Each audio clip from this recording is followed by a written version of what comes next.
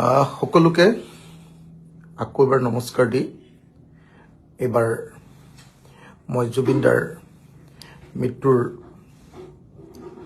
তদন্ত আৰু চাৰ্জশ্বিট সম্পৰ্কে কিছু কথা আপোনালোকৰ সন্মুখত দাঙি ধৰিব খুজিছোঁ। জুবিনদাই 19 ছেপ্টেম্বৰত মৃত্যুবৰণ কৰিছিল। আজি 19 ছেপ্টেম্বৰৰ পাছত 19 অক্টোবৰ, 19 নৱেম্বৰ আৰু 19 ডিচেম্বৰ 3 মাহ হ'বলৈ আৰু কেইদিনমান বাকী আছে। 3 মাহ বাকী থকা অৱস্থাত 3 মাহ হ'লে কেইটামান দিন বাকী থকা অৱস্থাত আজি অলপ আগতে মুন্না প্ৰসাদ গুপ্তা SITৰ যিজন মুৰব্বী তেওঁ ঘোষণা কৰিছে যে অহা 12 ডিচেম্বৰত জুবিনদাৰ চাৰ্জশ্বিট দাখিল কৰা হ'ব। ইয়াৰ আগতে অসমৰ মুখ্যমন্ত্ৰীয়ে কেইবাবাৰো ঘোষণা কৰিলে যে 8 ডিচেম্বৰত চাৰ্জশ্বিট দাখিল কৰিম। 8 ডিচেম্বৰত চাৰ্জশ্বিট দাখিল কৰিম বুলি তেখেতে ঘোষণা কৰিলে। তাৰপিছত অসমৰ মুখ্যমন্ত্ৰীয়ে ক'লে যে 8 ডিচেম্বৰত হয়তো নহ'বগে পাৰে, 18 তাৰিখৰ আগত আমি দিম। কাৰণ ক'লে যে 3500নে কিমান কপি আছে, তাতে মানে পৃষ্ঠা আছে, সেইবিলাক ফটোষ্টেট কৰিব লাগিব, কেইবাটাও ছেট বনাব লাগিব, এনেকে ক'লে। কিন্তু মুখ্যমন্ত্ৰী এজনে আগতেই ডেট ঘোষণা কৰি দিছে, তাৰপিছত বাৰম্বাৰ সেই কথাটো সলাই আছে। এইটো দৃষ্টিকোণটো নহয়নে বাৰু? যদি 18 তাৰিখলৈকে সময় আছে, 18 তাৰিখৰ ভিতৰত জমা দিব লাগে, কিন্তু তথাপিও সেইটো দৃষ্টিকোণটো নহয়নে বাৰু? নিশ্চয় দৃষ্টিকোণটো নহয় জানো? ঠিক আছে, এতিয়া মই আপোনালোকক ক'ব খুজিছোঁ যে জুবিনদাৰ মৃত্যুৰ যিটো তদন্ত হ'ল, মই যিহেতু এজন লেজিছলেটৰ, আইন প্ৰণয়নকৰ্তা, মোৰ কামটো হ'ল আইন এখন সংসদত উত্থাপন কৰা, আইনখনৰ ওপৰত ডিছকাছ কৰোৱা, আইনখনৰ ওপৰত বিতৰ্ক কৰা, আইনখনৰ ভাল দিশ বেয়া দিশ এইবিলাক চোৱা, আৰু যিমান পাৰি চৰকাৰ, মই বিৰোধী দলৰ সদস্য হিচাপে যিমান পাৰি চৰকাৰৰ যিবিলাক জনগণ বিৰোধী যিবিলাক কাম কাজ, সেই কাম কাজৰ বিৰুদ্ধে ষ্টেণ্ড দিয়া। এতিয়া জুবিন গাৰ্গৰ ন্যায়ৰ ক্ষেত্ৰত চাগে মই আটাইতকৈ বেছিকে মানে ন্যায়িক প্ৰক্ৰিয়াটোৰ বিষয়ে, মানে তদন্ত প্ৰক্ৰিয়াটোৰ বিষয়ে চাগে আটাইতকৈ বেছিকে মই মানুহৰ সন্মুখত কৈ আছো। বহুতে কয় বোলে আপুনি কি কয়, আপুনি মানে কিয় ইমানকে কৈ থাকে, মোক কৈ থাকে। কিন্তু মই আপোনালোকক এটা কথা কওঁ, জুবিন দা, আমাৰ মৰমৰ জুবিন দা আমাৰ যুগৰ আটাইতকৈ ডাঙৰ গায়ক। আচলতে শংকৰদেৱে আমাক প্ৰথমবাৰৰ কাৰণে আমাৰ যি ফোক কালচাৰ আছে, আমাৰ যি লোক সংস্কৃতি আছে, লোক সংস্কৃতিৰ পাছত অসমীয়া জাতিৰ কাৰণে খুব অৰ্গেনাইজড ৱেত সংস্কৃতিৰ ওপৰত কাম কৰা মানুহজন আছিলে আমাৰ শ্ৰীমন্ত শংকৰদেৱ। শংকৰদেৱে আমাক অসমীয়া জাতিৰ ক্লাছিকেল ছং কেনেকুৱা হ'ব, অৰ্থাৎ বৰগীত কেনেকুৱা হ'ব, অসমীয়া জাতিৰ ক্লাছিকেল ডান্স কেনেকুৱা হ'ব, অৰ্থাৎ আমাৰ যিটো সত্ৰীয়া নৃত্য বা শংকৰী নৃত্য, যি নাম কৈ দিয়ে সেইটোক লৈ বিতৰ্ক কৰি থাকে মানুহে, সেইটো কেনেকুৱা হ'ব, সেইটো প্ৰথমবাৰৰ কাৰণে শংকৰদেৱে আৰম্ভ কৰিছিলে। শংকৰদেৱে আমাৰ মাজলৈ খোল, বাদ্যযন্ত্ৰ কেনেকুৱা হ'ব, তাল, এইবিলাক বস্তু আনিছিলে। শংকৰদেৱে আমাক অসমৰ নাটক কেনেকুৱা হ'ব, ভাওনা, একাংকিকা নাটক, কি কয় ভাওনা কেনেকৈ হ'ব, এই বস্তুটো তেখেতে প্ৰথম আৰম্ভ কৰিছিলে। এইটো আছিলে মধ্যযুগৰ কাহিনী। কিন্তু আধুনিক যুগ মানে যেতিয়া ব্ৰিটিছ আহিলে, তাৰ পাছৰ পৰৱৰ্তী সময়খিনি, অৰ্থাৎ পুঁজিবাদী যুগত, আধুনিক যুগত অসমৰ সংগীতৰ ওপৰত, অসমৰ সংস্কৃতিৰ ওপৰত খুব সিস্টেমেটিক্যালি কাম কৰা কেইবাজনো মানুহ জন্ম হ'ল এজনৰ নাম আমাৰ জ্যোতিপ্ৰসাদ আগৰৱালা আপোনালোকে নিশ্চয় সকলোৱে জানে জ্যোতিপ্ৰসাদ আগৰৱালাই যেনেকৈ শংকৰদেৱে পুৰণি নাটকৰ আখে কেনেকুৱা হ'ব আধুনিক নাটকৰ আখে আৰম্ভ কৰি দিলে অসমীয়া আধুনিক নাটকৰ যুগ আৰম্ভ কৰি দিলে আমাৰ জ্যোতিপ্ৰসাদ আগৰৱালাই যেনেকৈ শংকৰদেৱে বৰগীত আৰম্ভ কৰি দিলে আমাৰ জ্যোতিপ্ৰসাদে আধুনিক গীত গছে গছে পাতি দিলে ফুলৰে হৰাই এই বস্তুটো আৰম্ভ কৰি দিলে জ্যোতিপ্ৰসাদে নিশ্চয় আপোনালোকে সকলোৱে জানে মই ক'বলগীয়া কথা নহয় তথাপি মই আপোনালোকক আঙুলিয়াই দি যাব খুজিছোঁ জ্যোতিপ্ৰসাদেই প্ৰথম অসমীয়া চিনেমা তৈয়াৰ কৰিলে গতিকে নতুনকৈ তেতিয়াহ'লে আধুনিক যুগত আটাইতকৈ বেছিকৈ কাম কৰা মানুহজন কোন হৈ গ'ল গীতৰ ক্ষেত্ৰত জ্যোতিপ্ৰসাদ আগৰৱালা তাৰ পাছত কি কয় আপোনাৰ নৃত্যৰ ক্ষেত্ৰত বাৰু তেনেকুৱা নাছিলে আপোনাৰ চিনেমাৰ ক্ষেত্ৰত জ্যোতিপ্ৰসাদ আগৰৱালা নাটকৰ ক্ষেত্ৰত জ্যোতিপ্ৰসাদ আগৰৱালা আৰু সংস্কৃতিৰ ওপৰত চৰ্চা মানে ক্ৰিটিকেল ৰচনা অসমৰ সংস্কৃতি কেনেকুৱা হ'ব লাগে এইবিলাকৰ ওপৰত চৰ্চা যেনেকৈ শংকৰদেৱে কৰি গৈছিলে তেনেকৈ আমাৰ জ্যোতিপ্ৰসাদ আগৰৱালাই আধুনিক সংস্কৃতিৰ বিভিন্ন দিশ সম্পৰ্কে আলোচনা কৰিছে জ্যোতিপ্ৰসাদ আগৰৱালাৰ ভাৰতৰ স্বাধীনতা সংগ্ৰামৰ সময়খিনি এই কামখিনি কৰিছিল তেখেতৰ গীতবিলাক ভাৰতৰ স্বাধীনতা সংগ্ৰামৰ অংগাংগী এটা অংগত পৰিণত হৈছিল আপোনালোকে জানি সুখী হ'ব যে শংকৰদেৱে যেনেকৈ অসমীয়া অসমত নাম ধৰ্ম প্ৰৱৰ্তন কৰিবৰ কাৰণে বৈষ্ণৱ ধৰ্ম বা ভক্তিবাদ প্ৰচাৰ কৰিবৰ কাৰণে যেনেকৈ এইবিলাকক ব্যৱহাৰ কৰিছিলে সংস্কৃতি তেনেকৈ জ্যোতিপ্ৰসাদে আমাৰ আধুনিক গীত আধুনিক নাটক আধুনিক চিনেমা এইবিলাকৰ জৰিয়তে অসমীয়া জাতিৰ জাতীয় প্ৰশ্নসমূহ উত্থাপন কৰিছিলে ভাৰতৰ স্বাধীনতা সংগ্ৰামৰ পৰাই আৰম্ভ হৈছে তাৰ পাছত ভাৰতৰ স্বাধীনতা সংগ্ৰামৰ সফলতা বিফলতা তাৰ সম্পৰ্কে অসমীয়া মানুহৰ সমালোচনাত্মক ক্ৰিটিকেল দৃষ্টিভংগী যে এই স্বাধীনতাই আচল স্বাধীনতা আনিলে নে নাই আৰু এই স্বাধীনতাতকৈ আমাক আৰু বেছি স্বাধীনতা লাগিব যাক শ্ৰেণী সংগ্ৰাম বুলি কৈছিলে সেই দৃষ্টিকোণেৰে অসমত কাম কৰা মানুহ আছিলে কমিউনিষ্ট পাৰ্টিৰ মানুহবিলাক আৰু তাৰে মাজৰ পৰা এজন মানুহৰ জন্ম হৈছিল সেই মানুহজনৰ নাম বিষ্ণুপ্ৰসাদ ৰাভা মই এইটো কোৱাৰ কোনো প্ৰয়োজনেই নাই আপোনালোকে সকলোৱে জানে যে বিষ্ণু ৰাভাই হাতত এফালেদি বন্দুক তুলি লৈছিলে আনফালেদি তেওঁ একদম ধুনীয়া ধুনীয়া প্ৰেমৰ গীত বিপ্লৱৰ গীত আৰু বিশেষকৈ তেওঁৰ তাত্ত্বিক ৰচনাবিলাক খুব ইম্পৰ্টেণ্ট আছিলে বিষ্ণু ৰাভাই অসমীয়া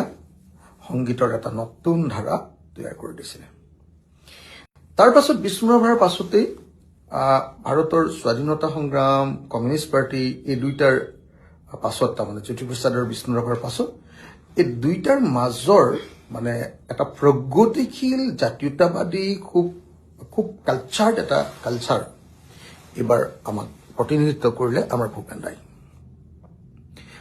ইয়াক বিশ্ব মানে ষ্টেণ্ডাৰ্ড ৱৰ্ল্ড ষ্টেণ্ডাৰ্ড বা ইণ্টাৰনেশ্যনেল ষ্টেণ্ডাৰ্ডলৈ লৈ গ'ল এনেকৈ ভূপেন দা বা আমাৰ ভূপেন হাজৰিকা হৈ উঠিল আমাৰ অসমীয়া জাতিৰ সেই সময়লৈকে আটাইতকৈ ডাঙৰ গীতিকাৰ গায়ক এনেকুৱা ধৰণৰ এজন মানুহত পৰিণত হ'ল যি গোটেই পৃথিৱীতে অসমীয়াক চিনাকি কৰি দিলে তাৰ পাছত লাহে লাহে আমি দেখিলোঁ যে আলফাৰ আন্দোলন আহিলে সদৌ অসম ছাত্ৰ সন্থাৰ আন্দোলন শেষ হৈ গ'ল অসম আন্দোলন আৰু তাৰ পাছত আপোনালোকে সকলোৱে নিশ্চয় দেখিলে যে এইবাৰ অত্যাধুনিক যুগ এটা আহিলে 1991ৰ পাছত আচলতে 80ৰ পাছতেই 1991 চনৰ পাছত মনমোহন সিঙক তেতিয়া ডক্টৰ মনমোহন সিঙক তেতিয়া ৱৰ্ল্ড বেংকৰ পৰা আনি ভাৰতবৰ্ষৰ বিত্তমন্ত্ৰী পতা হ'ল তাৰ আগত ৰিজাৰ্ভ বেংকৰ গভৰ্ণৰ পতা হ'ল ভাৰতবৰ্ষৰ বিত্তমন্ত্ৰী পতা হ'ল আৰু বিত্তমন্ত্ৰী পতাৰ পাছত তেওঁ প্ৰধানমন্ত্ৰীও পতা হ'ল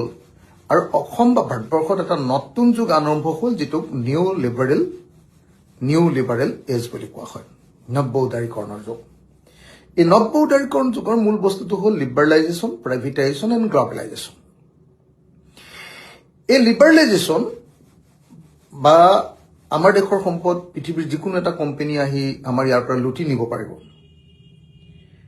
আমাৰ দেশৰ ব্যৱসায় পৃথিৱীৰ যিকোনো এটা কোম্পানী আহি আমাৰ দেশত বিনা আয়াসত কৰিব পাৰিব। ইয়াৰ আগতে মানে ফেৰা তেৰা আছিলে, মানে আমাৰ দেশৰ যিখিনি বস্তু উৎপাদন বেছিকৈ হয় সেইবিলাক বস্তু আমি বাহিৰলৈ বিক্ৰী কৰোঁ, কিন্তু সেইবিলাক বস্তু আমি আমাৰ দেশলৈ আনিবলৈ নিদিওঁ। আমাৰ ব্যৱসায় বাণিজ্য বেয়া হৈ যায় বুলি ভাবি, আমাৰ উৎপাদন বেয়া হৈ যায় বুলি ভাবি।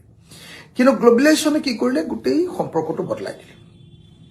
আৰু গ্লবেলাইজেশ্যনে গোটেই পৃথিৱীৰ সংস্কৃতিটো দেশৰ কোণে চুকে চবতে বিয়পাই দিলে। তেনেকুৱা এটা সংস্কৃতি হ'ল পপ, ৰক, পপ বুলি কয়, পপ ৰক, এনেকুৱা ধৰণৰ এই যিটো সংস্কৃতি। পপ ৰকটো আকৌ আচলতে এটা হ'ল কি ব্যৱস্থাটোৰ বিৰুদ্ধে এটা প্ৰতিবাদ। পৃথিৱীৰ য'তে পপ আছে তাতে চৰকাৰৰ পক্ষত কথা নকয়, তাতে ব্যৱস্থাটো ৰাষ্ট্ৰযন্ত্ৰটোৰ পক্ষত কথা নকয়, তাত ৰাষ্ট্ৰযন্ত্ৰটো সমালোচনা কৰে, মানুহৰ দুখ দুৰ্দশাবিলাক তুলি ধৰে। আৰু সেইকাৰণে পপ ৰক এইবিলাক বস্তু সদায় এণ্টি এষ্টাব্লিছমেণ্ট বা ব্যৱস্থা বিৰোধী এটা বস্তু। আমাৰ অসমত প্ৰথমবাৰৰ কাৰণে সেই পপ ৰকৰ ব্যৱহাৰ বোধ হয় জিতুল সোণোৱাল আৰু কি দাস আছিল আমাৰ দাস ডাঙৰীয়া, তেখেতসকলে আৰম্ভ কৰিছিলে। আৰু সেইটোক আচলতে তুলি তালি ডাঙৰ দীঘল কৰিছিলে আমাৰ জুবিন গাৰ্গে,